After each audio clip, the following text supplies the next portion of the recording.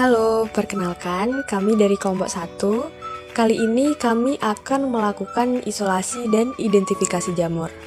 Anggota dari kelompok 1 ada Made Luhur Sahadeva, Ade Risna Dewi Antari, Nadia Handayani, Ade Ayu Natalia Dewi, dan Ajeng Diva Relita. Nah, sebelumnya, apa itu jamur? Jamur adalah tumbuhan yang berinti, berspora, dan tidak berklorofil, berupa sel atau benang yang bercabang-cabang dengan dinding dari selulosa atau dari kitin atau dari keduanya, dan umumnya berkembang biak secara seksual dan aseksual. Cendawan. Cendawan ini berbentuk seperti payung, termasuk organisme eukariotik, umumnya tidak motil, tidak memiliki klorofil, termasuk organisme heterotrof, mengandung glukosa, kitin, dan selulosa. Kamir. Kamir kebanyakan termasuk ke dalam divisi Ascomycotina. Kamir memiliki berbagai macam bentuk, diantaranya ada yang berbentuk bola, oval, atau silindris. Kemudian ada kapang. Kapang memiliki miselia dan massa spora yang jelas, termasuk organisme heterotrof karena menggunakan bahan organik. Isolasi kapang dan kamir dari sampel tape, tempe, dan cabai dilakukan pada tanggal 21 November 2022, sedangkan untuk pengamatan kapang dan kamir hasil isolasi dilakukan pada tanggal 28 November 2022. Alat yang digunakan pada saat melakukan isolasi kapang dan kamir dari sampel tape, tempe, dan cabai adalah cawan Petri, gunting, tabung reaksi, Erlenmeyer, gelas kimia, batang pengaduk, jarum OC, tusuk gigi, autoklav, laminar airflow, pembakar bunsen, dan raja analitik. Sedangkan bahan yang digunakan adalah cabai yang terkena antraknos, tempe, tape, aquades, alkohol, klorox, dan natrium klorida. Sedangkan alat yang digunakan untuk pengamatan adalah sampel tape, sampel tempe, kaca objek dan kaca penutup, pipet tetes, jarum OC, bunsen, methylene blue, korek atau pemati api, tisu, dan mikroskop. Praktikum diawali dengan melakukan sterilisasi pada autoklav. Setelah proses sterilisasi, keluarkan semua alat dan bahan, kemudian sterilkan laminar airflow dan letakkan semua cawan Petri di dalamnya. Setelah itu, sterilkan tangan, kemudian buka pembungkus cawan Petri.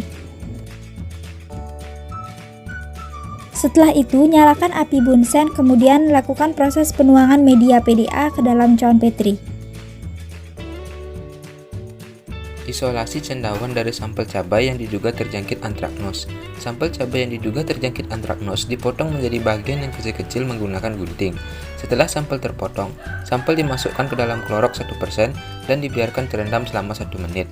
Setelah direndam dengan klorox 1%, sampel cabai kemudian dimasukkan ke dalam alkohol 70% dan dibiarkan terendam selama 1 menit.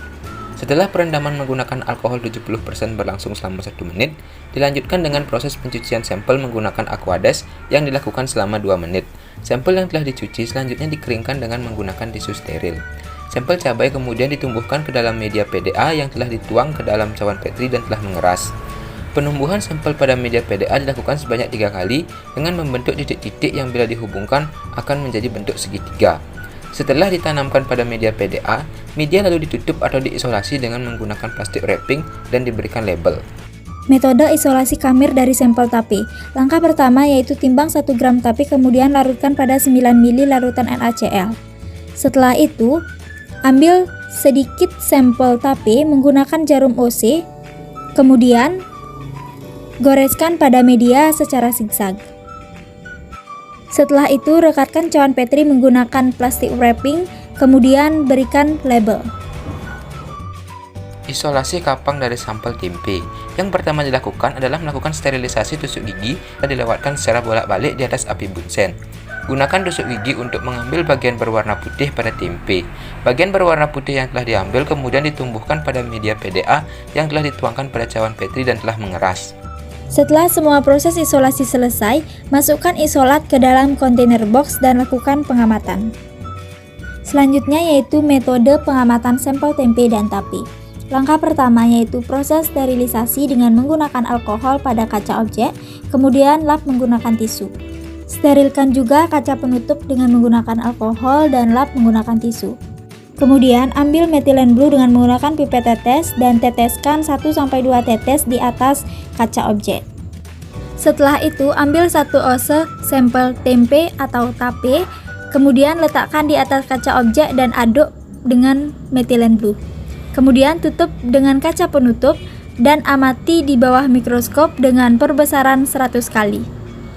Selanjutnya ada hasil dan pembahasan. Hasil yang didapatkan pada praktikum penumbuhan fungi pada sampel tempe, tape, dan cabai sebagai berikut.